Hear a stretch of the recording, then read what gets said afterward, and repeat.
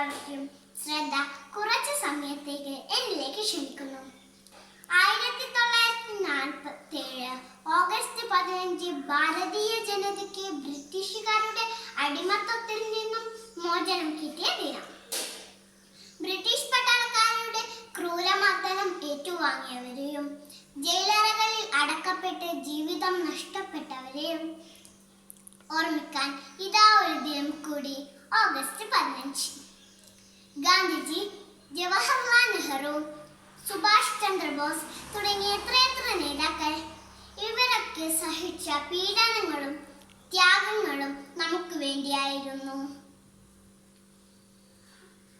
ഇന്ന് നാം അനുഭവിക്കുന്ന ഈ സുഖ സൗകര്യങ്ങൾ എത്രയോ രക്തസാക്ഷികളുടെ രക്തം പുരണ്ടതാണ്.